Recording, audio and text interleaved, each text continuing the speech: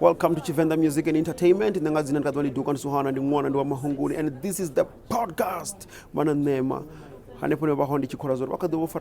I know we have this cloud hanging over our heads because this disease, coronavirus, is making sure that we get locked up.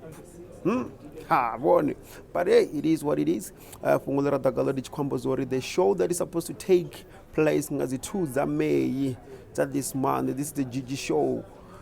Gigi Lamayne and the Gigi Gang show, which was supposed to be on the 2nd of May 2020. The show had been postponed until further notice because of the same virus. This also goes to so many shows. Yes, they've been postponed. So if you've bought the ticket or anything, we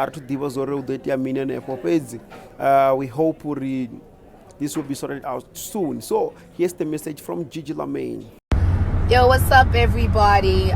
This is just an announcement that the Gigi Gang show, which is supposed to take place on the 2nd of May, has been postponed until further notice.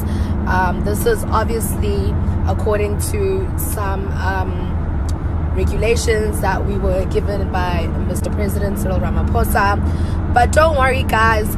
Keep your tickets safe. Once we have a new date, we'll be announcing it all over again.